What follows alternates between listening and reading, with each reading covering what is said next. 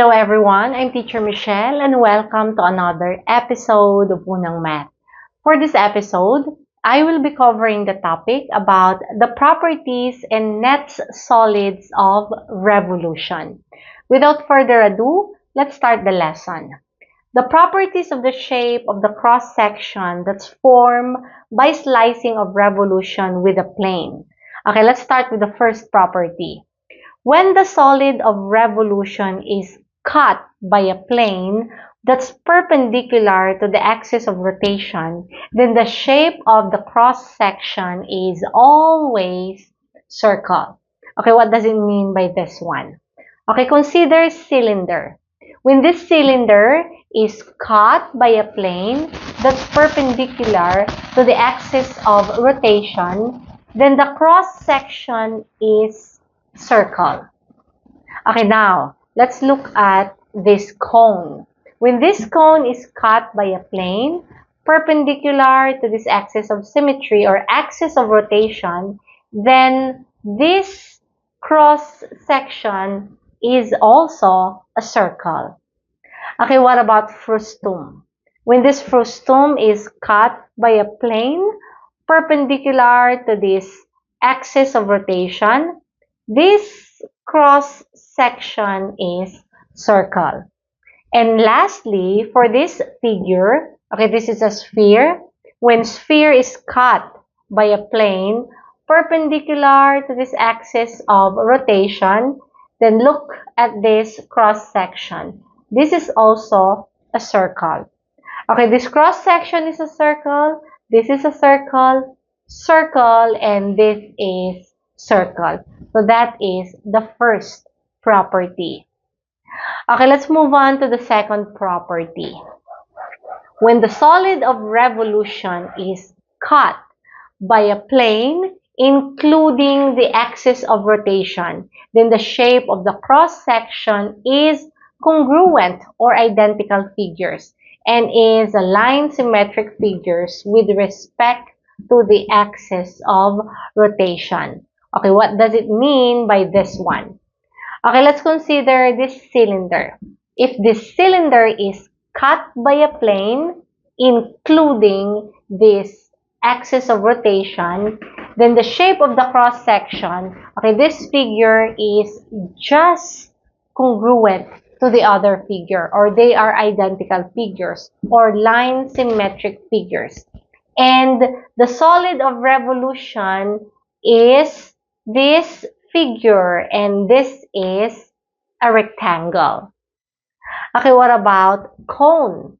When a cone is cut by a plane, including this axis of rotation, okay, this figure is congruent to the other figure, or line symmetric figures. And the solid of revolution is a triangle, specifically an isosceles triangle. Okay, what about frustum? When a frustum is cut by a plane, including this axis of symmetry, okay, this figure and the other figure are congruent figures or identical figures. And the solid of revolution, or this shape, is a two right-angled trapezoid. So this is a two right-angled trapezoid. Okay, for the last figure that we have here, it's a sphere. When a sphere is cut by a plane, including this axis of rotation, this figure and the other figure are congruent figures. And the solid of revolution, or this shape, is circle. Okay, this time we will be talking about the different nets of the different figures. What does it mean when we say net? Okay, when we say net, this is when we cut, open, and spread the figure. Okay, let's start with cylinder. So the net of this cylinder is this one. So when we cut, when we open and spread, so this is now the net of a cylinder. Okay, there are some key points that you have to understand and remember when it comes to the net of cylinder. Okay, this is the upper base of this cylinder. This is this circle. And the circumference of this circle is just equal to the length of this rectangle. Okay, what else? This lower base of this cylinder is this circle. And the measure of this circle or circumference of this circle is equal to the length of this rectangle. Okay, for the height of the cylinder, these are these sides of this rectangle. Okay, what about cone? Okay, if we are going to cut open and spread this cone, then the net looks like this. Okay, be very careful. This is not the net of a cone. Okay, remember generatrix. This is a line segment and it must be equal in measures. From here to this point, from here to this point, these two lines are not equal in measure. So this is not the net of a cone. Instead, this one. Because these lines are equal in measure. Okay, what else? What other important things that you have to remember about the net of a cone?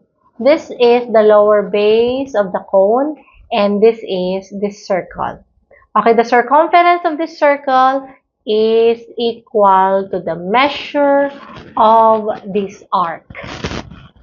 Okay, moving on to truncated cone or frustum. Okay, this is the upper base of this truncated cone or frustum. And this upper base is this circle. Okay, the circumference of this circle is equal to this length. Okay, what else? The lower base of this truncated cone or frustum is this circle.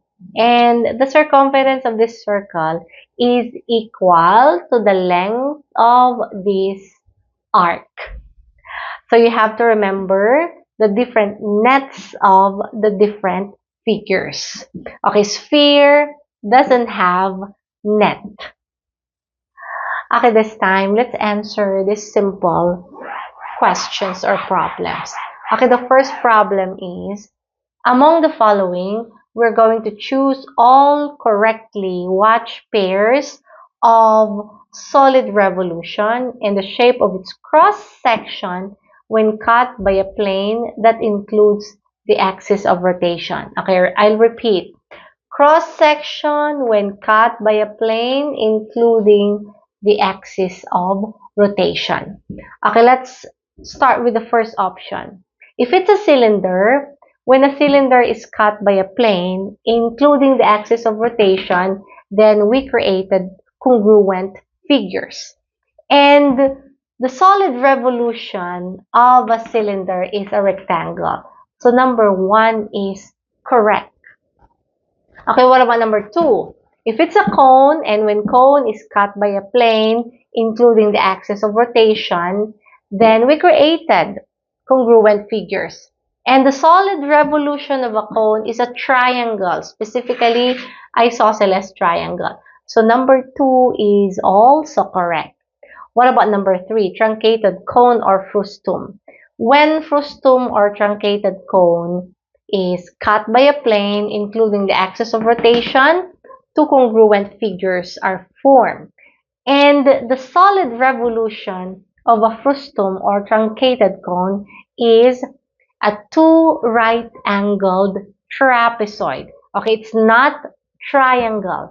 So number 3 is not correct. Okay, what about number 4? Option number 4, sphere. If we cut a sphere, or if a sphere is cut by a plane, including axis of rotation, two congruent figures are formed, and the solid revolution is not a sector, but a semicircle. So number 4 is not correct also. What about number 5, hemisphere? When hemisphere is cut by a plane, including the axis of rotation. Okay, solid revolution is not a circle, but a sector. So that means number 5 is incorrect. So among the following, correctly watched pairs of solid revolution is number 1 and number 2. Okay, and for the last problem, the figure below shows a truncated cone or frustum and its net. Which of the following is equal to the circumference of the shaded base? So this is the truncated cone or frustum. Okay, the shaded base is this lower base. And the figure below shows truncated cone. So which of the following is equal to the circumference of this shaded base? Okay, this shaded base is equal to the circumference of this circle. And the circumference of this circle is equal to this arc. And this is arc AB. So the correct answer is number 2, arc AB.